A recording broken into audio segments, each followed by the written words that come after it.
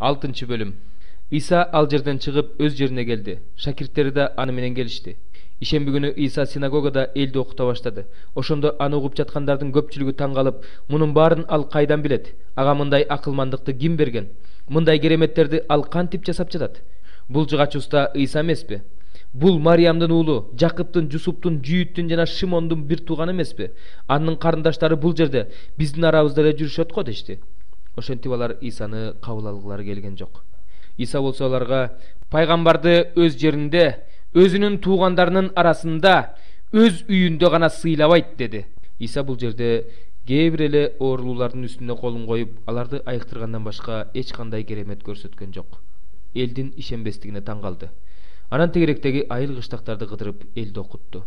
Анан ал 12 шакиртин чакырып алып, аларга жиндердин үстүнөн бийлик берди да эки-экиден кылып жөнөтө баштады.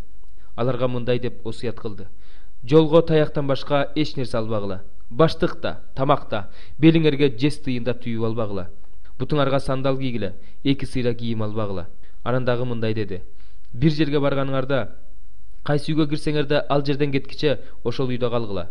Эгерде кайсы бир жерде силерди кабыл алышпаса, силерди угушпаса, ал жерден чыгып бара жатканда аларга каршы күбөлөндүрүү болуш үчүн бутуңардын чаңын күйүп койгула. Силерге чындыкты айтып коеюн, сот күнүндө ошол шаарга караганда Содом менен Аморго жеңилирээк болот. Ошентип шакирттер жолго чыгышты да адамдарды тобо кылууга чакыра башташты. Көптөгөн жин ооруларынын ичинен жиндерди кууп чыгарып, көптөгөн оорулууларга май сыйпап аларды айыктырып жатышты. Исанын ысымы белгилүү болуп калгандыктан падыша Ирод да ал жөнүндө угуп, бул чөмүлдүрүүчү жакан, ал тирилиптир, ошондуктан кереметтерди көрсөтүп жатат деди. Кээ бирөөлөр бул Ильяс пайгамбар дешсе, дагы бирөөлөр бул деле пайгамбарлардын бири дешти. Ирод болсо бул сөздөрдү угуп, бул мен башын алдырган жакан, ал тирилиптир деди. Ирод өзүнүн бир тууганы Филипптин аялы Иродияны алып алганда, жакан: бир тууганыңдын аялын албашың керек болчу деп айткан. Ошондуктан Ирод киши жиберип, жаканды карматып түрмөгө олтургузуп койгон эле. Иродия болсо жаканга ачууланып, аны өлтүргүсү келген, бирок өлтүрө алган эмес. Анткени жакандын адил, ыйык адам экенин билген Ирод андан коркчу, ошондуктан аны коргоп жүрчү. Көп иштерди анын кеңеши боюнча кылып, анын сөзүн кунт коюп угар эле. Ирод өзүнүн туулган күнүн белгилөө үчүн өзүнүн төрөлөрү, миңбашлары, Галилея аксакалдары үчүн той өткөрдү. Ошол күнү Иродия үчүн ыңгайлуу учур келди. Тойдо Иродиянын кызы бийлеп берди. Бул Иродко жана анын конокторуна жагып калды. Ошондо падыша кызга: каалаганыңды сура, сураганыңды берем деди. Анан ага: сураганыңды берем, алган эмес, падышачылыгымдын жарымын берем деп ант берди. Кыз барып энесинен: эмнени сурайын деп сурады. Чөмүлдүрүүчү жакандын башын сура деди энеси.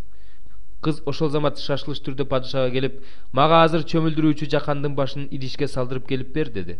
Буга падыша капа болду. Бирок коноктордун алдында ант берип койгондугу үчүн кыздын сураганын орундатпай кое алган жок. Падыша ошол замат өзүнүн жас оолун жиберип, жакандын башын алып келүүнү буйруду. Жас оол түрмөгө барып, жакандын башын алды да идишке салып, кызга алып келип берди. Кыз аны энесине алып барып берди. Муну уккан жакандын шакирттери келишти да анын сөөгүн алып мүрзөгө коюшту. Элчилер Исанын жанына чогулуп, ага баарын, эмне кылышканын, элди эмнеге үйрөтүшкөнүн айтып беришти. Иса аларга: өзүңөрчө бөлүнүп, ээн жерге баргыла да бир аз эс алып алгыла деди. Анткени келген кеткендер көп болгондуктан алардын тамактанууга да убактысы жок эле. Ошондо алар өздөрүнчө бөлүнүп, кайык менен ээн жерге кетишти. Бирок эл алардын кетип бара жатканын көрүп калды. Бул жөнүндө көптөр билишти. Шаарлардан жөө чыккан элдин баары алар бара турган жакты көздөй чуркап, алардан мурда барып калышты. Иса кайыктан түшкөндө көп элди көрүп, аларга боор урду. Анткени алар койчусу жок койлордой эле. Иса аларга көп нерсени үйрөтө баштады. Бир топ убакыт өткөндөн кийин анын шакирттери жанына келип: бул ээн талаа экен, кеч да кирип кетти. Элди тарат, алар тегеректеги айыл кыштактарга барып өздөрүнө нан сатып алышсын. Алардын жей турган эч нерсеси жок дешти. Иса болсо: аларга тамакты силер бергиле деп жооп берди. Шакирттери Исага: биз эмне, аларды тамактандыруу үчүн 200 динарийге нан сатып келелүү дешти. Иса аларга: силерде канча нан бар, барып карагылачы деди. Алар билип келип: 5 нан 2 балык бар экен дешти. Ошондо Иса аларга элди топ-топ кылып бөлүп чөптүн үстүнө отургузууну буйруду. Эл 100дөн 50дөн болуп катар-катар отурушту.